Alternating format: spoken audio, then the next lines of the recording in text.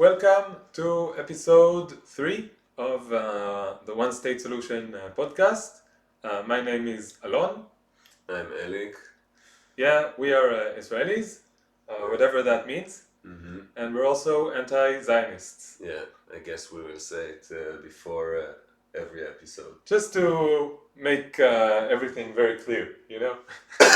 Yeah. Okay, so I'm a little bit sick. I'm going out through it, but this is the day of the week that we're doing it, and we feel we do an important work, and it's unfolding and revealing itself through walking it this road. But I feel like a long time I didn't have this sense of like mission, like I have now. So I cannot like not do it or skip a week or Yes. That's how I feel. Yeah, we feel like an obligation to do this. Yeah. Yeah. So the show must go on, so to speak, and so we would like to apologize if there is like coughs, sneezes, blowing of noses of all kinds. We apologize in advance.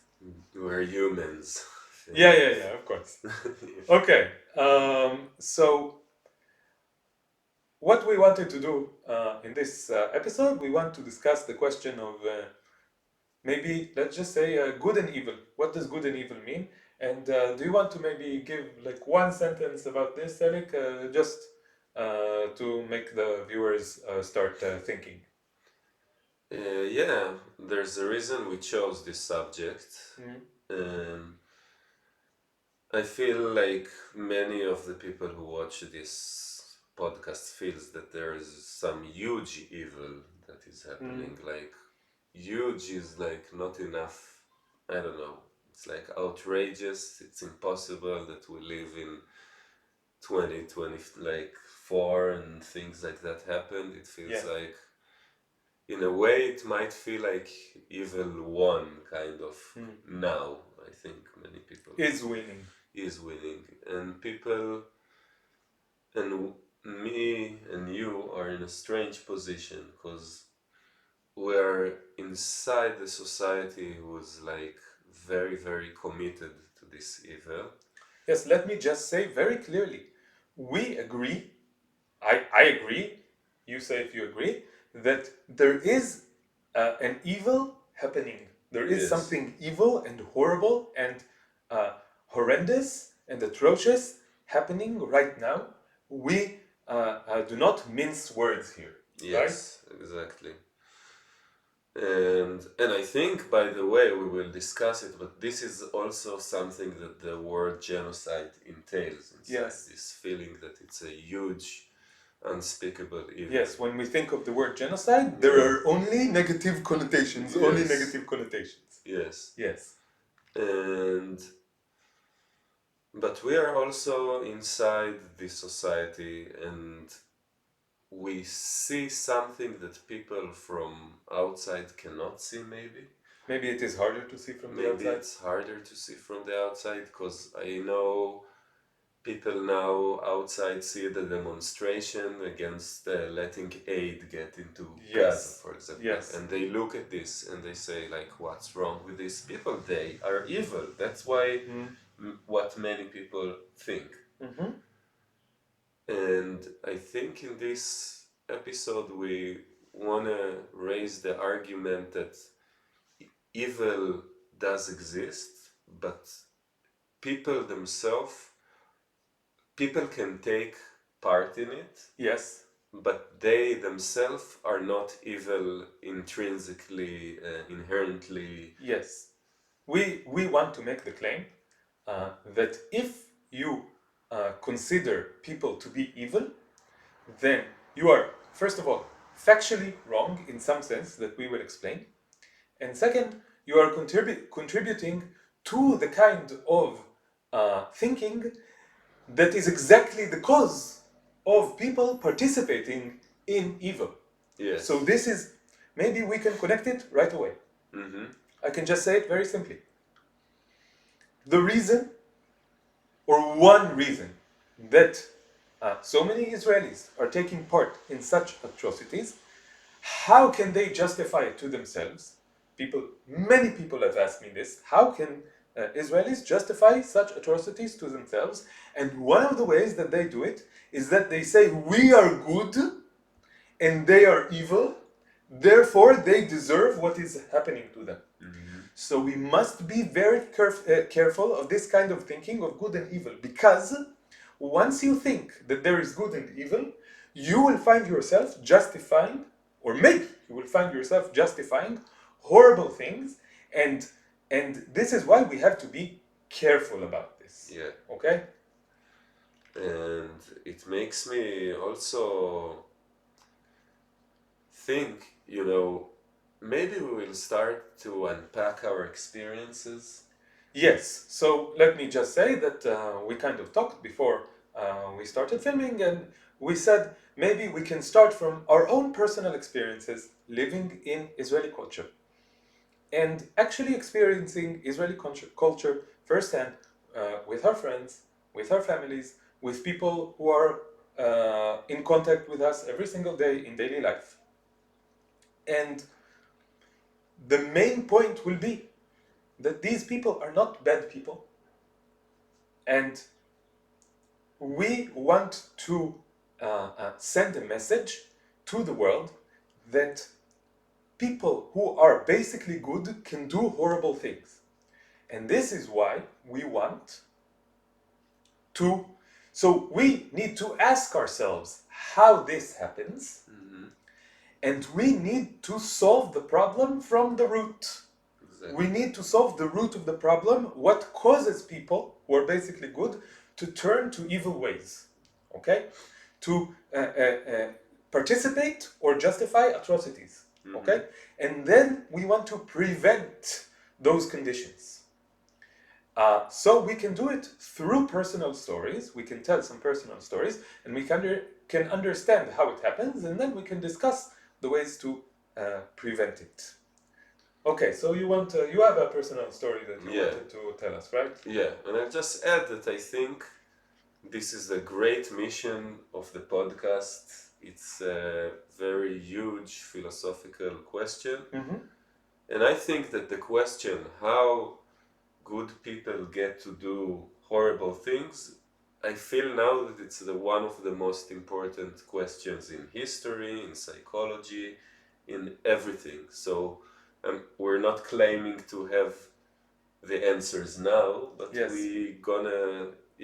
We think the discussion is very worthwhile. Yeah, exactly. And I want to add that this is not the first time this discussion is happening. Of course, this goes back when you were talking. I was thinking of Adorno, who so after the Second World War and the atrocities committed by the Germans, by the Nazis, which we are both personal victims of. Okay, so third generation. Okay, mm-hmm. But still personal victims of. And he was also a victim of them. And they wanted to investigate what causes people to go along with these things, and they studied. I am no expert in this. I just heard about this few things. I haven't read it thoroughly, but I know a few things. So they studied how people go along with authority, for example, mm-hmm. and how different types of people tend to go along with authority or to resist authority. And these are important questions. And we have personal experience of this. We don't need the academic theory. The academic theory is amazing and good to know. But we have personal experience of this, and this is why we understand it. If we read the theory, we will say, oh, we know this from life. And everybody knows this, I think, to some extent. Right. But because we are in a society where this happens, we are in a kind of unique position to tell how this happens. Yeah. Yeah, because we're people who we feel that we happen to see what's going on, but we're still in, so yeah. So I'll start to tell how my day started, okay? Wonderful. Yeah, and I'm talking about today. So I live in Tel Aviv in a neighborhood called Hatikva, the Hope neighborhood. Yeah, this is very ironic. Yeah, and it's kind of like, how would you describe it? Like working class people neighborhood, or So it is poor people, poor people, basically. A lot of basically. immigrants, Yeah, a lot of people who are of the wrong color, skin color, yeah, like people who. So the Jewish population that lives here is mostly Mizrahi. It's mostly like people from Arab, who are refugees who came from Arab nations, whose families came from Arab nations, and these people are discriminated against in Israeli society. So I will just explain. I will just say, I get a lot of questions that make me think, oh, some people just don't understand like the basic structure of the society in Israel. So I thought maybe it would be a good idea every time we in our discussion we talk about Israeli society to explain a bit of the context. So I want to explain this. So we were talking about Israel as a state, which is actually two states and not really a democracy and so forth and so on. But even inside this democracy, there are hierarchies. yeah, Okay? And one of the things is that there is discrimination. It is similar to the discrimination that black people experience in the United States, or people of color experience in the United States. Similar. I don't claim that it's the same degree or that it is identical, but it's similar. So Ashkenazi Jews are usually more privileged. They have like more. me. Yeah. So you're Ashkenazi Jews. Yeah. Jewish. I'm half and half, by the way. Okay, I'm half and half. So Ashkenazi Jews tend to be richer, they tend to be treated better. This was also proven in studies, okay? Like they get more job opportunities and so forth and so on. And they are, let's say, they are the core of the Zionist left that also supports all the crimes that is being done towards the Palestinians, just in more sophisticated ways, I would say. Yes, okay, exactly. So this is Ashkenazi, but not all Ashkenazi Jews are like this. There are Ashkenazi Jews who are very much right wing, and we must. It's just a tendency, maybe. It's a tendency. I think Maybe. if you analyze it, like in big numbers, the amount of opinions in I think there is probably a positive correlation in the following way: that if you are a Zionist leftist, there is a far greater chance that you are Ashkenazi than just the normal distribution. Yes. So anyway, and there are Mizrahi Jews, and Mizrahi is a term that is kind of political. Okay, there is the term Sephardic Jews. Never mind, it's complex. But basically, it's people who came to Israel from Arab nations. So, for example, my grandmother's family came from Syria. Okay, and my grandfather's family came from Shiraz, which is an area in Iran. Okay, so I am half Mizrahi Jew or Sephardic Jew. Yes. Okay, and these people are usually poorer. Okay, they are discriminated against. My father, for example, he suffered from discrimination to some extent, and I don't know if like I can name specific things, but I can see that he feels it. You know, he is very successful, but he still feels it, I think. Yeah. And it's really, really felt here in the neighborhood here. Like, yes, okay. For example, so this neighborhood, yes. Yeah, like when there was the demonstration against the judicial reform, when we talked about like in the last episode. Yes. So I would used to go out and like wait to pass in the station, and then in the local grocery store there's like a TV, and they all watch, and they all cares like the people who go to the demonstration. Yeah. They're because like, they're leftists. Yeah, they hate them. They like, and all the but it's also a lot of hatred because of their oppression by this group. Like, okay, it's mixed. so this is exactly what I wanted to ask you. Can you please explain? You know some of these people because you are living in the neighborhood where these people are concentrated. So please tell us why you think these people think this way, in a violent way, in a hateful way.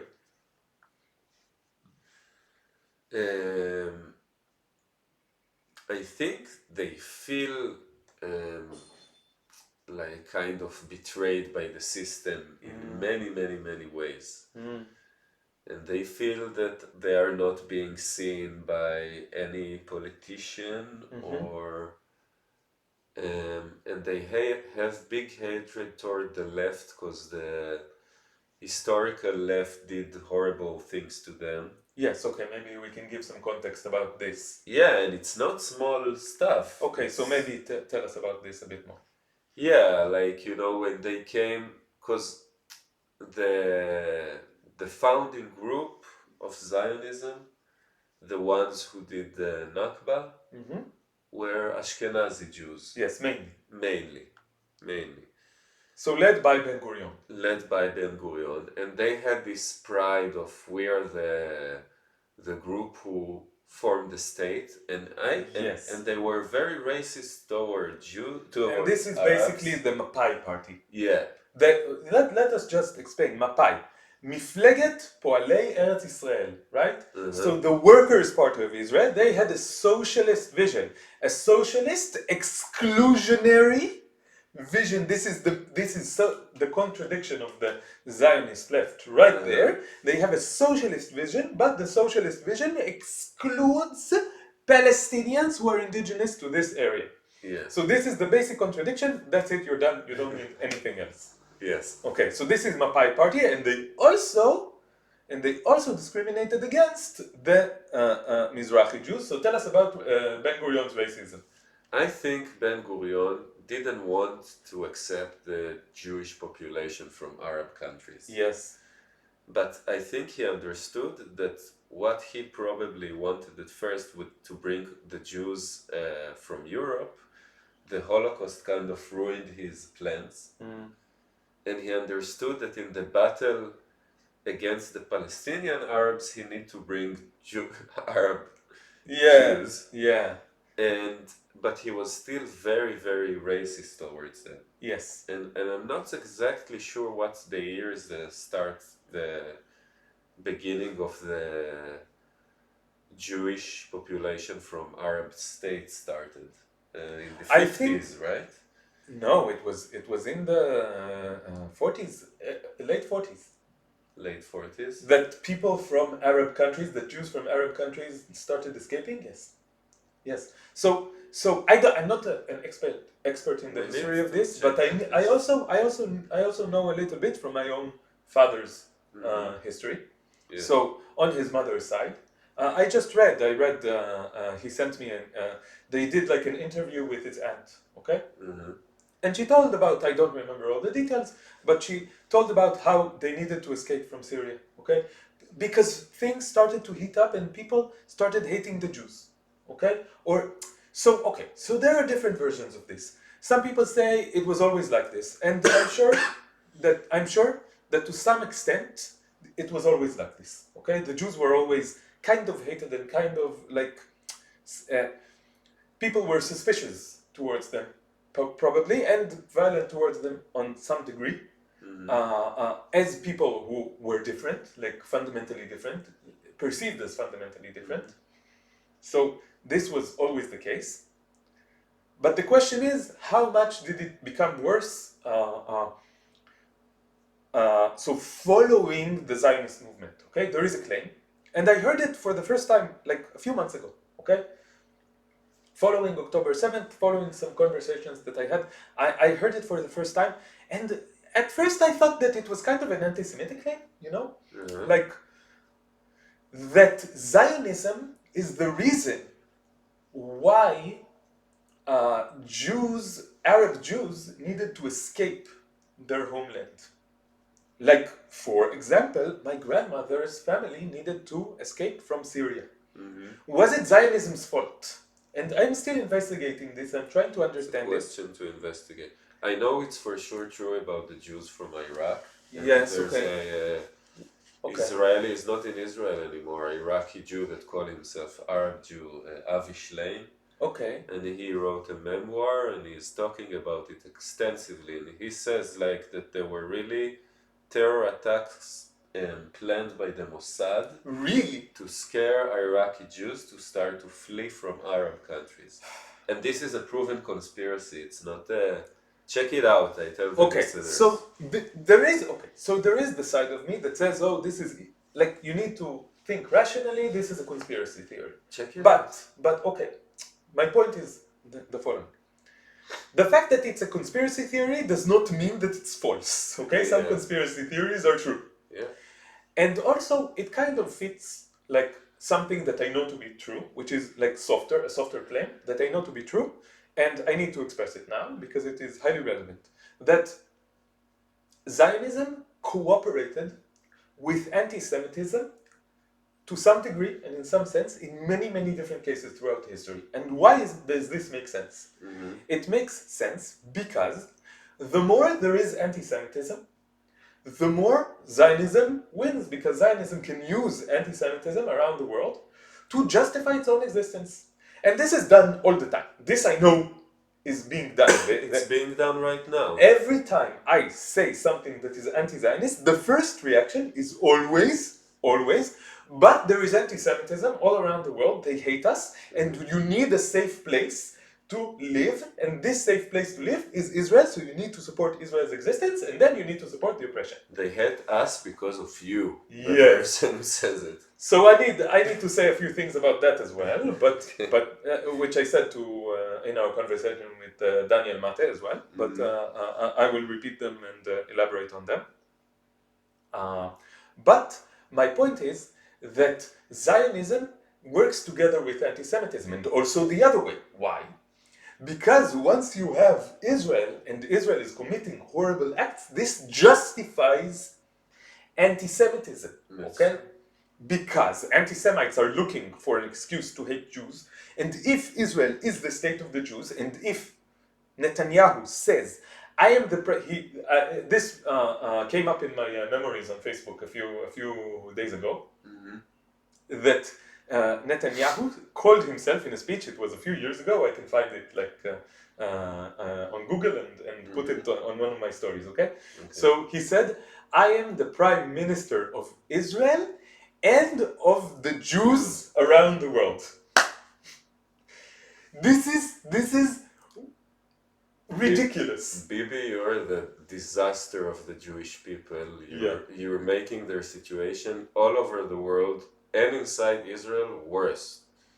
You're a danger, right? Okay, so this is the other point that I wanted to make, which is that people like us, okay, who show other people, the Jews, Israelis. I don't define myself as Jewish, I define myself as Hebrew. I don't really define myself as Israeli because I'm an anarchist. But let's say Jewish Israelis can be anti-Zionist and can oppose the atrocities going on.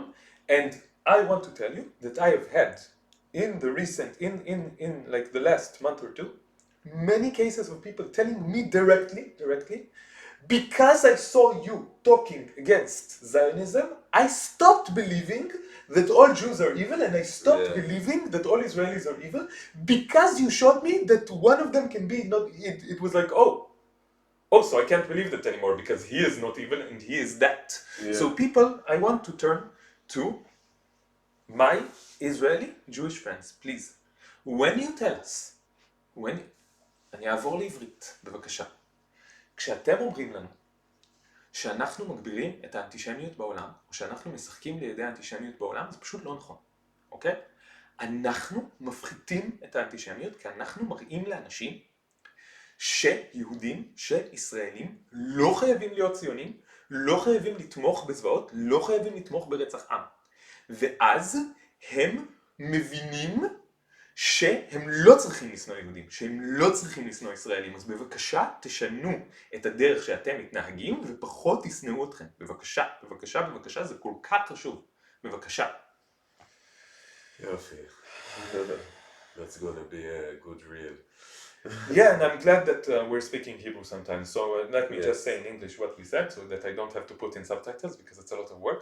I said that we are reducing the amount of anti-Semitism, we are reducing the amount of anti-Israel feeling, and that I asked other Israelis to please change the way that they are speaking, change the way that they are behaving, so that they can help us reduce the amount of anti-Semitism, reduce the amount of anti-Israel feeling, and then we can progress and solve things. But I also want to add, and I want to say to you sometimes, I think, because I think about my Zionist friends who are listening. Okay. They hear very, very harsh stuff. Yes. And sometimes I feel also the curious ones, they feel a bit rejected. And I want to tell them, we're not apologizing from what we're saying, and I'm agreeing with it's a harsh time and we need to use harsh words. Yes. But try to keep on, because we are going to explain stuff during this podcast and to get to the reasons why we think Zionism is such a ideology that connects us to what we talked about at the beginning, this big evil. Yes. And it make us, the Israelis and the Jews, servants of this evil. And we're not compromising our words, because we are people who wants to understand things from the root cause of them. We are radicals. Yes. The word radical just means root. Okay, we want to solve problems from the root. So we're not going to compromise our words, and we still have a hope that you will have patience to go through it, and you will find deep reasons for what we say. And let me also just say one thing, and I'm not trying to suck up to anyone, I'm just saying what I think, okay? Mm-hmm. When I said that Israelis, that Zionists are not bad people, and I put a reel up on Instagram, okay, that said this, okay, that they are not bad people, they are victims as well, they are victims of ideology, young people, 18-year-olds, 19-year-old, 20-something years old, going to fight, to kill and die, okay? They are also victims of an ideology. I got some responses. This was the first time that I got slightly negative responses from the pro-Palestine side, okay? Yeah, the first time. And maybe let's just say this. אני אגיד בעברית. אנחנו מצילים לכם את התחת, סבבה? מה שאנחנו הולכים לעשות בפרק הזה, זה להסביר לעולם שאתם לא רעים, העולם חושב שאתם רעים. אנשים בעולם חושבים שאתם פאקינג איבל, שאתם כמו הפאקינג נאצים, סבבה? ואנחנו הולכים עכשיו להסביר לעולם שאתם לא רעים, ושאתם פשוט שטופי מוח, ושצריך לעזור לכם, אוקיי? אז בבקשה תבינו שאנחנו לא נגדכם, אוקיי? אנחנו לא נגדכם. Okay, so I will translate. Yeah, okay, translate, yes. Said.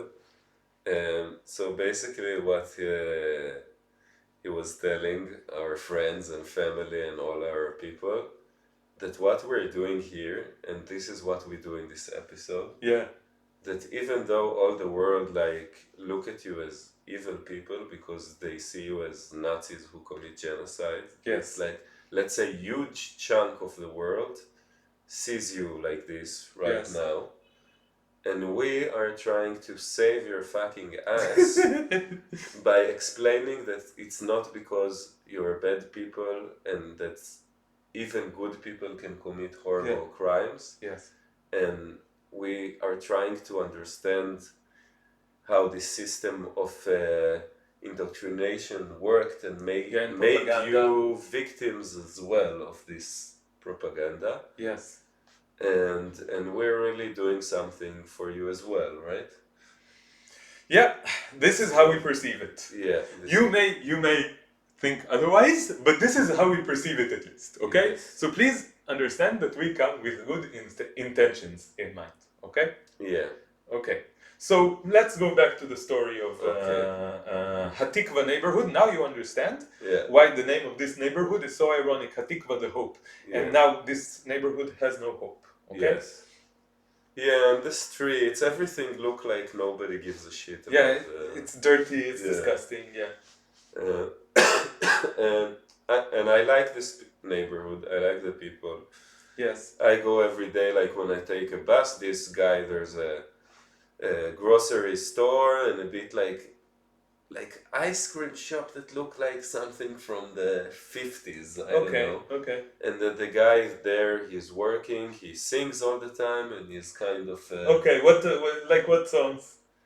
He's doing, he's just like, na na na na, like Okay. Eastern music, misalsel, like, he's. Mesalsel. This is like silsul is like when you do something in a circle, I guess. Yeah, and it's basically like Arab music stuff. Like It's when your voice goes in circles. It's connect to what we talked about. That they're like it's kind of, and he's very nice to me always. He remembers me. I buy coffee sometimes. Yes. And he's like very like people just come to sit because he's like this. He's like kind of warm person and charismatic person. Yeah. Yeah. And then like he came, and then I go to the bus, and he says. So this is this morning. This is this morning. This morning. Yeah. Okay, this morning. And one guy sit there, and then I think he said is like, Aravi Tov, and everyone answers him, Ze Aravi Met. Fuck. And he says like, which means good Arab, and then everyone answers him is a dead Arab. And let me just clarify. There is a reason why they knew exactly what to answer, because this slogan is a slogan that is very, very popular in Jewish Israeli society. I've been hearing this slogan like on a daily basis, okay? This is crazy. On a daily basis, all my fucking life. A good Arab is, if you tell me, Aravi Tov Ze, my brain will immediately, automatically go to Aravi Met, okay? Yeah. Aravi Tov Ze Aravi Met. A good Arab is a dead Arab. This is what my brain would do. This is insane, the indoctrination. Just so you understand, this is like a tip of the iceberg, okay? A small tip of the iceberg. Yeah, and I just want to add another layer of indoctrination, that like how I was educated is to look down upon the people of Shchunat HaTikva, that look how racist and primitive they are. We do not think this way. Look at how supremacist they are. Therefore, we are supreme to them. Exactly. So this is the essence of liberal thinking. Yeah. Look at how supremacist they are. Therefore, we are above them. This is the basic contradiction in one sentence. Put it on a sticker. And we will not acknowledge the stuff that we and our ancestors did to them as well. Yes. You know? So layers of oppression, creating irony and like cross oppression in like all kinds of multi-faceted and complex ways. Yeah. But what can I do? This is what this guy said. I come, and I just want to do a rant, a small rant, okay? Okay. It drives me insane that I need to use my brain capacity to describe the intricacies of the work of art, the horrendous work of art, the ugly work of art, the spectacularly ugly work of art that is fascism in all its forms, and specifically Zionist fascism, but also human supremacist fascism, and white fascism, and national fascism, and economic fascism, which is capitalism, and all this shit. I know you disagree that this is capitalism, but this is how I see it. And all this shit, I need to see all the intricacies, to tell everybody about the intricacies so that they know how to beware these dangers, and it drives me insane, and it's so fucking tiring and exhausting, and I want to use it to analyze movies, okay? And not to analyze fascism. And to analyze math, I want to use it, not to analyze fascism. So please, fascists, just take responsibility and fucking stop. Fascists all around the world, unite and stop, okay? Just stop so that we can invest our energies and our God-given talents in doing good things and not in stopping the evil things that you are doing, please. Wow, it's a great slogan. Fascism of all the world unite and stop. That's great. Okay, good, you let it out. Okay, yeah, continue please. Okay, so I continue to the story. And it's just I'm telling my experience. So that's what. What? Oh. Blooper reel. So I'm just saying this life during time of this what's going on now is it's even more, but it's like in your life in Israel since you were born, it's part of the normal discourse. Yes. And then I look on the TV and there was like showing the news of people are protesting against the trucks of aid entering Gaza. Yes. And the news channel that's showing it shows the protesters are kind of heroes and, Yes. because they're fighting for people and they all... And let's just give this the context that it needs, just a small context. There is a system of propaganda, Zionist propaganda, government propaganda, that is called Israeli mainstream media. Okay? Israeli mainstream media is at this point just a system of propaganda for Zionism. Please understand this. Please understand that every single one of the people we are talking about is consuming their their understanding of the world goes through a filter of a system of propaganda called Israeli mainstream media. We can specify this in many, many ways. There can be like 100 PhDs written about this, but please just know this, that whenever you turn on the TV in Israel, any channel on the TV in Israel will give you Zionist propaganda first and foremost. Yeah, in different shapes and form, but there is a different message. Not different, like the same message. Yeah. The same message. ביחד ננצח. Together we will win. This is the slogan that everybody believes in Israel, as long as they're Zionist, and like 97% of the Jewish population in Israel is Zionist. Mm-hmm. Okay, so and then when he said like the Aravi Tov, the Aravi met. Good Arab is dead Arab. And then one friend told him, but there are Jews that are worse than Arabs. Yeah. So who did he mean? First of all, he said, before that he said, even the nice Arabs in the back of their mind, they want to kill you because you're Jewish. Yes, okay, I want to tell about this. I was asked by one of my followers on Instagram, I was asked, do Israelis really think that all Muslims and all Palestinians are evil? And we need to understand this, we need to give the context, okay? It is in the interest of all cults, of all fascist movements, of all religions, and of all ideologies, and of Zionism specifically, to create an enemy, a shared enemy, okay? A boogeyman, a scapegoat, okay?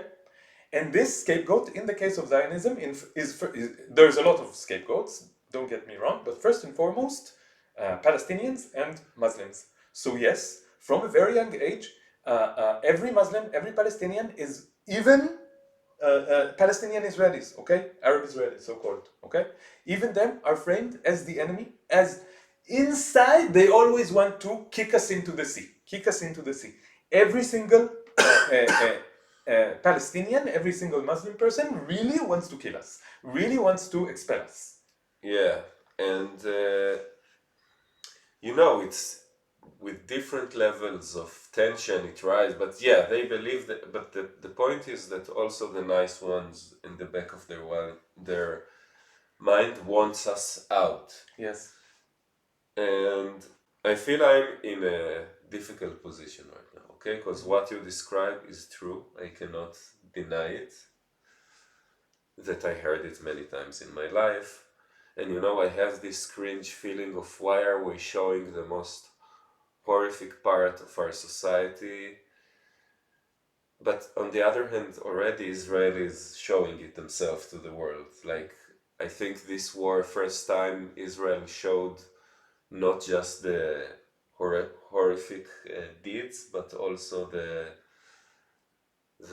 sadism, the racism, like it's all out. Yeah, the mocking. It's all out in the open now. So, and everyone saw the IDF TikTok stuff, and I think why these people that I know this guy is very nice and kind to people all around him, to his close environment, which you know, this level of being good is not something that I consider not important. Yeah, and it's also like you can't take it for granted. Yeah, like I don't know that he's a good person. I don't know. I like his energy, you know, Yeah. usually, and I see that he is kind to people around him. And I think so. Why this person is taking part of that evil, right? Yes. That's the question. This is a very deep question. Yeah. That has a lot of like historical context, like philosophical context. Yeah. This has been discussed many times, and we want to discuss it once more in this context. Yes. And I want to say something about the fear of the Israelis from the Palestinians. Okay. Because I think it explains the racism. Because I think just saying this is racism, It misses the it's point. doing easy job to ourselves. Yes. And I'm not in any way justifying it. I'm explaining it, okay? Because it's true, it's racism. But there's reason why people become racist, what they're being taught to believe about the other. And it's true about the dynamic of the conflict itself.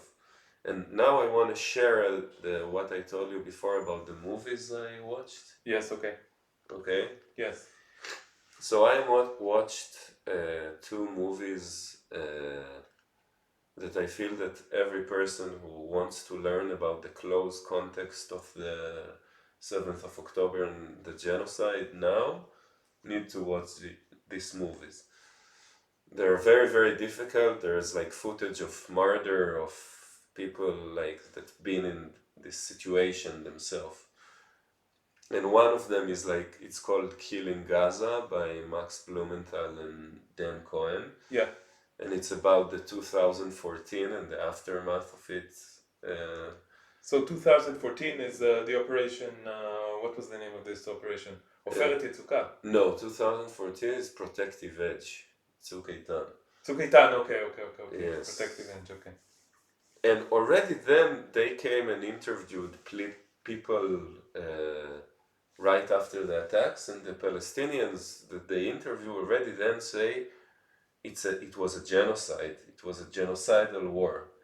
Because it was targeted about the roots. They try to kill us, like culturally, you know. Already then they're felt it's like this. So imagine what's like compared to now. Yeah. So you watch this movie and you cry twice, and you cry like it's unbearable, but it's important. It's very important because and the second movie that I watch is like Gaza. No, tell us, why is it important that you watch it? You said it's important. Why is it important? I think this movie specifically shows the humanity of the Palestinians. Yes. And the damage that has been done to them. And it shows this society in all its diversity and beauty. And also he interviews people who go to Qassam brigades, you know. Yes. But he also show group of like Palestinians who open a dance club. He shows you and one that become painter and it protests through painting. Like you see all. Yes, everything is. They become subjects. They become subject, and they become subject that knows how to describe the situation and their what's going on better than anyone. Yes. And this is what the world is trying to push away. Like they don't want to hear their voices. And I feel now for first time the world beginning to hear. They are starting to listen to Palestinians. Yeah. Yes. They start to listen. And I got it from and the second movie. But let me just emphasize that what you said, this was in 2015, this movie, right? Yeah. And already the destruction was so horrible. And what is going on right now at this stage is probably 100 times worse. If I can just give an estimate, like 2 orders of magnitude worse. Yeah. I think so.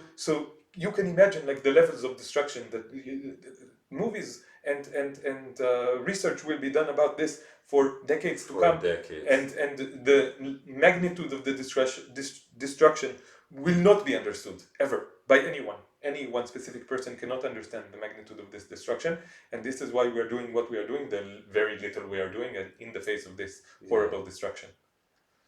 No, just sometimes it hits me in the middle of the day.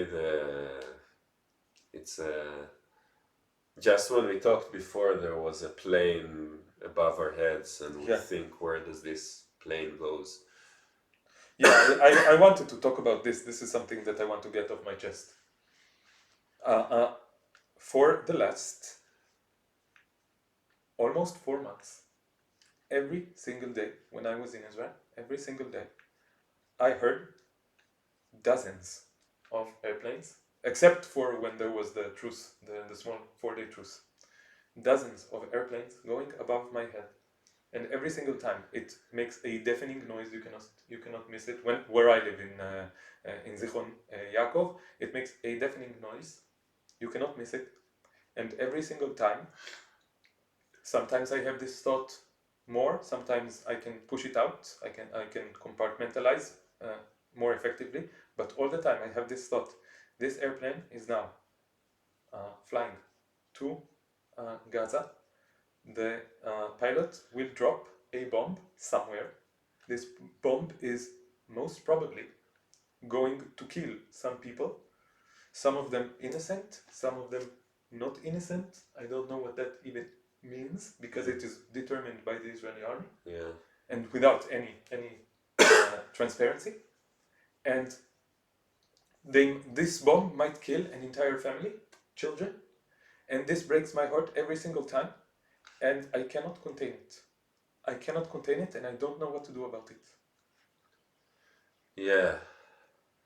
Just before we recorded this, I told Alon maybe I cannot live here for long anymore. Just don't want, I don't know. So why? What? Why? Why can't you live here? Because it's surrounding you in such a way that you feel that even if you go against it vocally, you're still part of it just by associating with people who's doing it.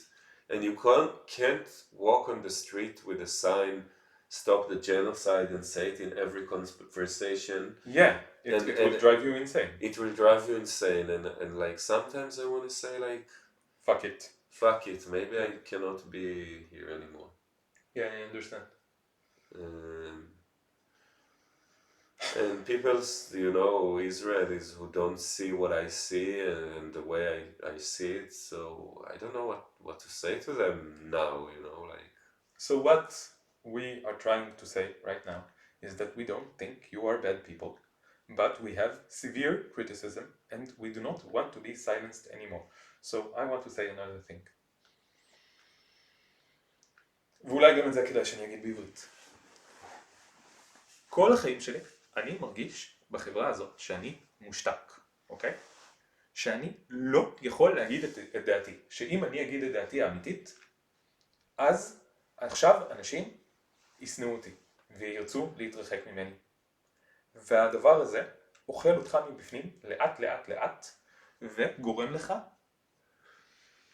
לא להרגיש חלק מהחברה שאתה חי בה וקצת לשנוא את כולם סביבך שמשתפים עם זה פעולה. ואני מבקש שתתחילו להקשיב. אני מבקש שתתחילו להקשיב לאנשים גם אם יש להם דעות שלא נעימות לכם, כי הגיע הזמן, בבקשה. Do you want to summarize what I said in English? Yes. So Alon said that he's all his life kind of trying to show this society the horrors that it's doing to the Palestinians, to animals. You're not just summarizing, you're elaborating, but I will allow.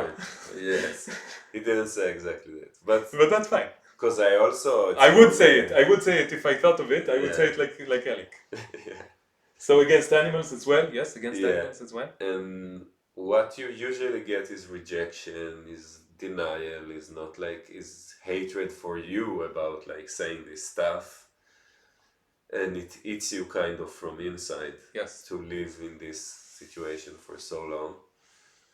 And please, even if it's not pleasant, even doesn't make you feel good, yes, try to listen to us for a change. Because even if we don't give this I ad, like, I don't know, like, just listen to the world, to us, yes. to We don't think you are bad people, please. We don't think you are bad people. We are trying to say to the world that you are not bad people, that you are just brainwashed, and therefore you are committing horrible acts. So please, please, don't think that we are against you. Okay, and the other movie I watched was on the Great March of Return. It's called Gaza March for Freedom by A.B. Martin.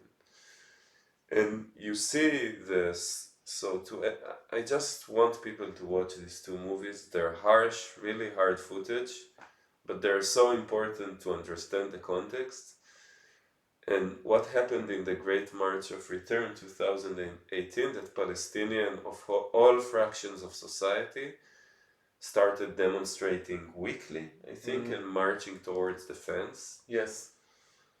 And these were mostly peaceful protests, as far as I know. Yeah, and then the Israeli army said they're planning to do mass terror attack on the villages next to the border. They said on the March of Return, which they said they want to do 7th of October. That's what they thought. So this is the irony, that people who tried to do it peacefully were accused of terrorism, and then because they were accused of terrorism and faced horrible resistance, repercussions for what they did, you will specify later, now they had to do something violent to be heard. Yes. And I think what's so important, and so what happened that they started marching and it was non-armed, just walking. Yes. And many days they did it, but at some point Israeli snipers, I think every day they were a bit getting closer to the fence. I see. And then at some point, like, the Israeli army cannot, I guess they cannot tolerate it. They couldn't rip their nerve that each time they're a bit getting closer, so they started shooting them in masses. Snipers killing children, killing like people, disabled people, targeting journalists, and they shoot them in cold blood, methodically. You see it in the movie, like, chuck, you hear someone's falling, and injured a lot of people, and you see, like, it's unprecedented in the world that non-violent demonstration is treated like that. And I think, and I just want to say, this sounds to me like I cannot think of any analogy that is more fitting than guards in a prison. And I think this is a reason why Gaza is one of the reasons why Gaza is described as the biggest open-air prison in the fucking world. And this is the reason. When people want to leave, there is a fence, and when they want to leave, they are shot down.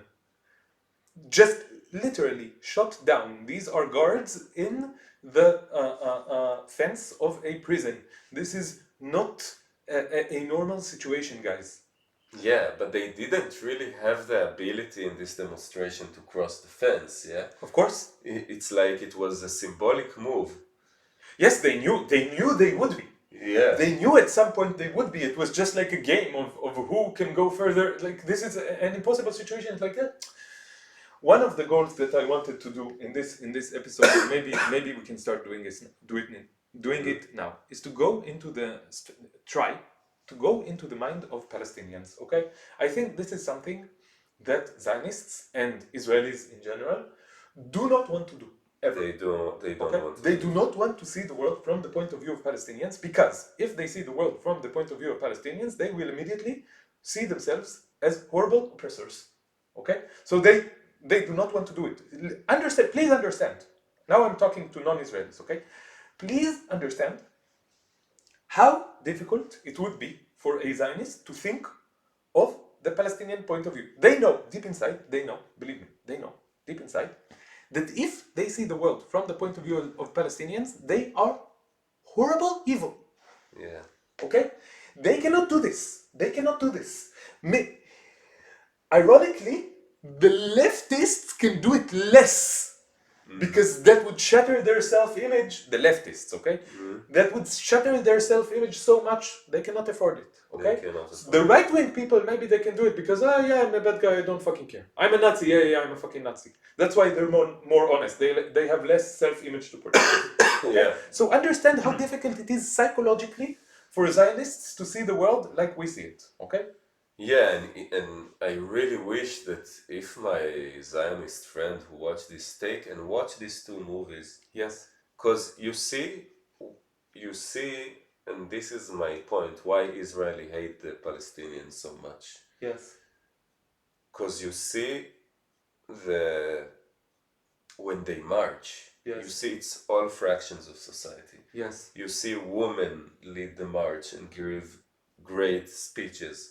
You see people wave Hamas flags, but they also wave like everything, every flag, and yes. They're all united in the demand of right of return. Yes. And ending the siege. Yes. And ending the occupation. Yes. And they're all sing one song together, And just so it is clear, every single thing that you specified here, I also support personally. Yeah. In some way, I support it personally. Yeah, and but people don't get it. It's not like you see an old woman, like really old woman, holding like a flag, and she's getting near the fence, and she knows already what can happen, and the interviewer asks her like, "Why are you here?" And she's like, "Because I'm Palestinian." It's like, and she's just like, "Yeah, fuck this shit. I'm Palestinian. Fuck you." Yeah, and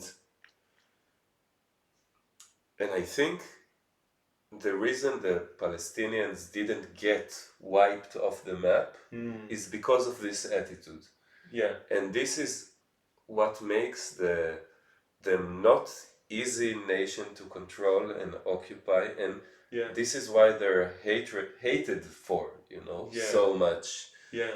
And this is like when Israel say yeah they want to kill us, it's not.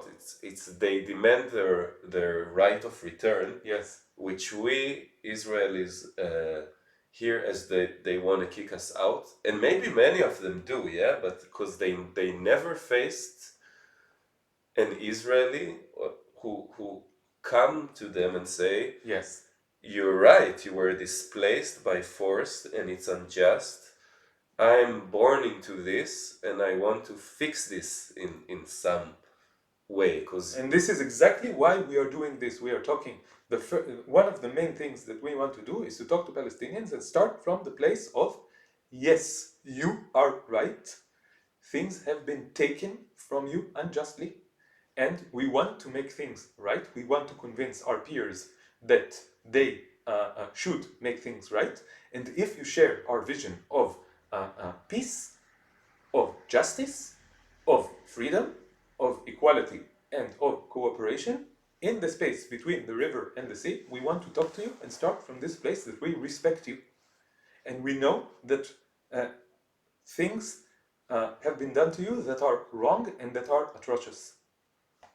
Yes, in the levels we cannot imagine. Yes. Every day that's passing by, I just beginning to understand the horror, and sometimes it's so big that I feel I cannot handle it. The thoughts that what we take part in, and again we come back to this point about evil. Yes, good and evil. Good and evil. And I want to just say that this connects to seeing the world from the point of view of Palestinians. Something that you and I can only try to do. We cannot succeed. But we can try. And this is, I think, way more than most Israeli Jewish people are willing to do. And this is, I hope that this will be appreciated, that we are trying to do it. And please, if you are Palestinian and you see that we are saying something that is inaccurate, okay, please tell us. And we will just say, okay, so we will correct this. But let us try to look at the world from the point of view of like a generic Palestinian, okay? And understand that when, here is something I want to say to Zionists, okay? The way you are behaving right now, proves that if anything was done to you that is even close, like even 2% of what was done to Palestinians was done to you, you would be the biggest supporter of Hamas ever, okay? אם היו עושים לכם קמצוץ ממה שאתם עשיתם לפלסטינים, אתם הייתם תומכים בחמאס בלי למצמץ ובלי לחשוב לא עוד פעמיים אלא אפילו פעם אחת, ואל תעמידו פנים שזה לא ככה, ואתם מוכיחים את זה עכשיו בהתנהגות שלכם עכשיו, אחרי שעשו לכם את ה7 באוקטובר, שזה היה נורא, אבל אובייקטיבית זה היה קמצוץ ממה שאתם עשיתם לפלסטינים, אז אל תעמידו פנים בבקשה. כן. And okay, so now I want to bring it back to the question. I think that it is ironic that you say that you want to speak to Zionists, but I'm saying other things in Hebrew. Maybe you say something in Hebrew. What do you want to say to Zionists? You say something in Hebrew and I will translate what you said. Okay. אז אני רוצה להגיד לכם, חברים, משפחה, אם שרדתם עד פה, אני יודע שזה ממש ממש קשה. וזה קשה גם לי, ואני לא יכול להסתיר, כאילו יש בי את הצד שרוצה להתחבב, ושרוצה שתאהבו אותי גם ככה, ויש בי את הצד שגם, שהוא פשוט כועס, כי אני מהנקודה שאני נמצא בה עכשיו, לא כזה קשה לראות את מה שקורה. ולא צריך להיות בן אדם עם יכולת אינטלקטואלית כל כך גבוהה. ויש בי בו זמנית גם את הרצון מצד אחד לגרום לכם להקשיב, ומצד שני אני מרגיש שאי אפשר להתפשר על האמת שבנקודה הזאת היא מאוד מאוד מאוד קיצוני. אז אני יודע שנגיד הסגנון של אלון יכול להיות לכם קשה, אבל אני פשוט מסכים עם התוכן של מה שהוא אומר, כאילו, ואני לא מצליח להפוך את זה בצורה כזאת שאני לא אסכים עם זה שאנחנו בצד הכי נורא של ההיסטוריה שיכול להיות כרגע. ונפלנו, ואף בן אדם, זה יכול לקרות לכולם. זה שזה קרה לנו, זה לא אומר שאנחנו רעים, זה פשוט קשה מאוד להתנגד לזה כשזה קורה, אבל אני חושב שכל בן אדם רוצה להאמין על עצמו שהוא יהיה מאלו שמתנגדים לרוע שהוא קורה. כל בן אדם רוצה להאמין שהוא יכול להיות מאלו, וברגע האמת זה תמיד קשה. בגלל זה אנחנו יודעים מההיסטוריה שלא היו הרבה גרמנים שהתנגדו לנאציזם, שלא היו הרבה אנשים לבנים שהתנגדו לעבדות, שלא היו הרבה לבנים שהתנגדו לדרום אמריקה למה שהיא עשתה באפרטהייד, שלא היו הרבה דרום אפריקה, לא הרבה לבנים שהתנגדו לקולוניאליזם בכל מקום שהוא היה. וכן, אתם תמיד תצביעו על האויב האסלאמי ששם, למה לא מתנגדים שם, וזה ביקורת חסרת תועלת. זה קלי קלות להצביע מה קורה בצד השני. תסתכלו איפה, לי יש תועלת לדבר אליכם, וכן, אני מרגיש שגם הרוע הוא לא, שלנו יש את היכולת, גם אם נניח כמות השנאה היא שווה בין שתי הקבוצות, לנו יש יכולת להמיט אסון שהוא גדול פי מיליון. וזה עכשיו מוכח. ועכשיו זה פשוט מה שקורה. כן. אז תתעוררו, לא יודע. I don't know how to summarize this. This was a lot. Elik gave a really heartfelt call to his fellow Israelis, and just Elik wants Israelis to listen and to face reality and to see what is going on and to wake up and to not judge us because of the way we are speaking, and to just listen to the content of what we are saying and to process it and to understand it. Anything else that you said that I didn't translate? That it's always hard. You never think you're going to be part Yes. of the historical group who commit the most horrible crimes. And this I want to tell also to the people who Yes. look from outside. Yes, and, very important point. Yeah, I was waiting to say it. Maybe Yes, this yes. is the time. Yes. That it's in a way to look and what the Israeli government and the support of the Israeli people to its action. It's easy to look from outside and say they are evil. Yes. And I think it's very easy and it's tempting. Even. Yes. It's tempting. And because people never think that they're themselves going to be in the position to be part of the group that committing the worst crimes. Yes. And it's really easy to spot it on the other. Yes. And it's very hard to spot it on yourself. And the most dangerous thing is to think that you're immune by definition to do horrible stuff. Nobody is immune to this. Yes. And this is what I want to tell to people who attacked Alon of the post, that he said Zionists are not bad people, and he got. And I want to say it in a bit in Alon's style. Okay, go for it. That if you think that Zionists are doing what they do because they're bad inherently, I think maybe you're on the right side, on the right camp. Yes. And I will march with you to call for ceasefire and everything and liberation of Palestine and everything. But if you think in deeper sense, you didn't learn anything. And I think that if you, person like you, who thinks that Zionists or Israelis are inherently bad, if you grew up in Israel, you'll probably be one of the people who are supporting the genocide right now. Because this is how they justify it. This is how they justify it. Yes. And this is how they allow themselves to look at a population of 2 million people and even more. 7 million people. 7 million. 14 million people, we don't know. Yeah, and then Arabs in general. Yes, billions of people. And billions of people, and to say they have some intrinsic evil into them. Or intrinsic inferiority. And an intrinsic wish to kill me. Yes. And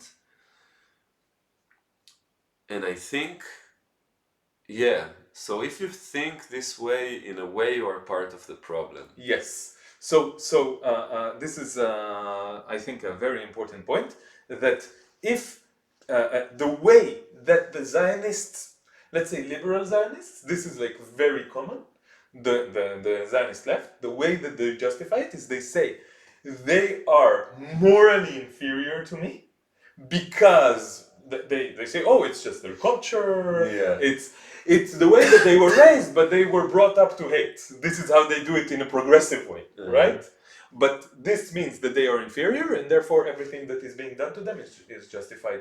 And if you think that you are better than anybody else, if you think that somebody else is evil and that you are good, you are starting on the route that leads to this, that leads to genocide, guys. So be very, very careful. Okay, and also I want to add that many people who say this, who say, oh, the Zionists are evil, they do not notice that they are actually, in fact, part of the same kind of evil. Okay? So they say the Zionists are evil because they are committing atrocious acts on the Palestinians. But in reality, the Zionists are brainwashed, and many of the people who say this are also brainwashed in another field, and this is of human supremacy and speciesism. Okay? What is speciesism? It's the belief that some species are worth more than other species. And I want to say that all oppression and all inequality and all injustice and all violence and all separation stems from the same place, the belief that some lives are worth more than others. Okay? And this belief is exemplified in one way in human supremacy, the belief that human lives are worth more than the lives of animals. So if you think that the Zionists are evil and so forth, but you take part in the atrocities committed against animals that stem from the belief that human life is worth more than animal life, you are part of the same problem, you are part of the same way of thinking, and please consider this deeply. Consider the gap between what you are saying your values are and between what your actual values are as expressed in your actions. Yeah, and you always accept. And like, let's say I was eating meat before I met Alon. Yes. And we connected through this being against the genocide in Gaza. And you know, when he started to tell me stuff, I think I was open to hear, because I don't have this sense that I'm good, I'm great. I'm like, yeah, and then it suddenly makes sense, and then instead of burying myself in guilt for not seeing it, I take action, and now I'm becoming vegan. And I think if you believe that people are bad, so you cannot change them also, and it's true that by understanding history, I understand that Israelis are currently in a state where they cannot be changed without some, internal pressure and yeah, external pressure. I understand it. Yes. And also, it doesn't mean that they're bad, it's just how privileged groups behave when they're born into systems that put them as supreme above other people. Yes, and also cultish conditions, cult conditions. Yeah. Basically. And they are learned that they have to defend this system for their survival. Yes. And if they don't defend this system, they're going to die. And you can say it's evil, but it's also a natural thing to put your survival above. I think before we moral, we are also have these survival mechanisms, and we believe, and if someone believes in all, like completely convinced that he has to choose between the death of him and his close ones to other death, I'm not justifying it, but I understand why somebody choose to support horrible crimes. Yes, I agree. I want to give a more general context for what you just said. There are two ways of discussing reality. Okay, there is the descriptive way, and there is the normative way. Okay, so the normative way of discussing reality is saying things like should and shouldn't, like this is good, this is bad, I'm justifying it, I'm not justifying it, I'm condoning it, I am condemning it. This is the normative way of discussing reality. Yeah. There is so the other way, the descriptive way, is just the way things are. This happened, and the other thing happened, and this didn't happen, and this happened because of this. Okay. And there is a deterministic system here. There is an ideology here. There is this person thought this. Just facts, okay, describing facts. And people tend to confuse these two in many discussions, okay? Specifically in the discussion about Zionism and about supremacy in general, and in this case, I think it is at least partly intentional, okay? There are factors here that want to murk up this discussion, okay? To confuse the normative and the descriptive, okay? So when we say, for example, that we understand how Israelis became the way that they became, how Zionists can do the things that they are doing, can say the things that they are saying, can support the things that they are supporting, we are talking in a descriptive sense. We understand the mechanisms that allow people who are basically good, this is okay, so basically good, this is moral judgment, okay? People who are basically good can do things that are really bad, this is again moral judgment. So this is the way that the descriptive connects with the normative, okay? So we are saying a descriptive statement that we understand how this happened, and we're also saying on the normative level that this is horrible, okay? This is the same way that we think about Palestinians, and this is what I want to say. We need to be consistent here. We cannot think of our side differently from the other side, and this is the basic hypocrisy of all Zionists, that they treat Jews, Israelis, and Palestinians or Arabs in different ways. They examine the reality in different ways, if it is Jews or if it is Palestinians, okay? And this is the basic hypocrisy, okay? This is the way I think of Palestinians. I think that they are people who were born into horrible conditions, and therefore it is unsurprising that they try to resist this this oppression. It is not just unsurprising; it is inevitable. Inevitable, exactly. It is inevitable that they would resist their oppression. Everyone would resist their oppression. You would resist the oppression if you suffered it. Okay, so they resist their oppression. They start off peacefully. They start by trying peaceful ways of resisting the oppression, and if that doesn't work, they will turn to violent measures. This is what happens all the time. This is a scientific claim. This is a deterministic mechanism of reality. This is a descriptive statement, please. This is not a normative statement. This is a descriptive statement of what happens, okay? So maybe the actions of some Palestinians are evil actions, bad actions. What happened on October 7th is very much a bad action. We do not want this to happen. We do not want people who we believe are all basically good, or the vast majority of them basically good, turning to evil actions. And understanding why people turn to evil actions in the case of the Zionists and also in the case of Palestinians is very important, so that we can prevent this from happening. So we are not justifying October 7th. And we are also not condemning Hamas, because we are not saying even something on a moralistic level. We are just saying something on a descriptive level. This is why this happened, and we need to prevent this. Yeah, and I think this key of admitting that there is stuff that we see as evil, but separating it, it's a very key concept, and separating it from the people.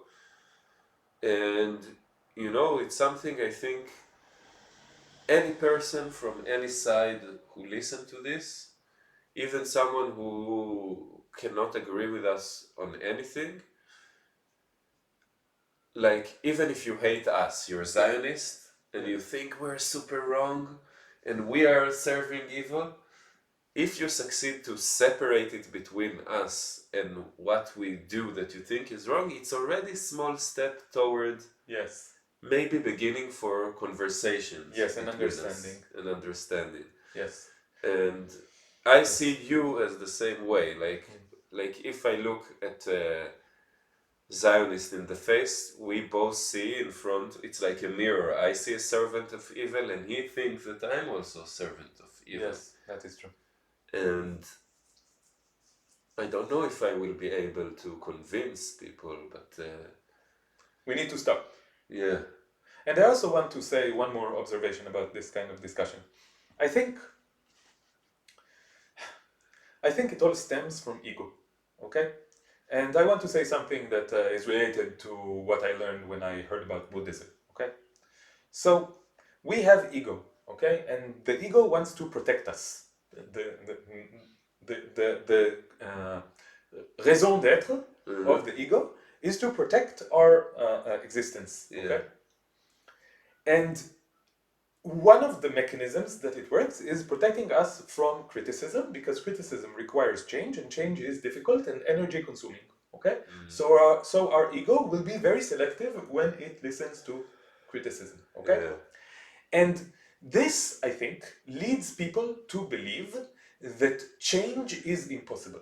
Why? Because it is more convenient, it is less energy consuming to believe that change is impossible, because then they don't have to change, and they don't have the responsibility to try to change others, okay? And this leads you to the thinking of inherent good and inherent evil, because if you don't believe that things can change for the better, then you will just say, oh, these are the good guys, these are the bad guys, and the good guys need to fight the bad guys, and that's it. And then you will lead to an eye for an eye, which will make the whole world blind. Okay? Or you say humans are bad inherently, and then they're all bad. Everyone is bad. Yes, yes. I don't have to do anything. Yes, this removes responsibility because everyone is bad, so I'm bad as well. Yeah, and I'm bad, so it made you to self-hatred also. Yes, so this is exactly my point. That if you believe this, that change is impossible, you will also believe it on yourself. The change is impossible. You are trapped into believing that you are also incapable of change for the better.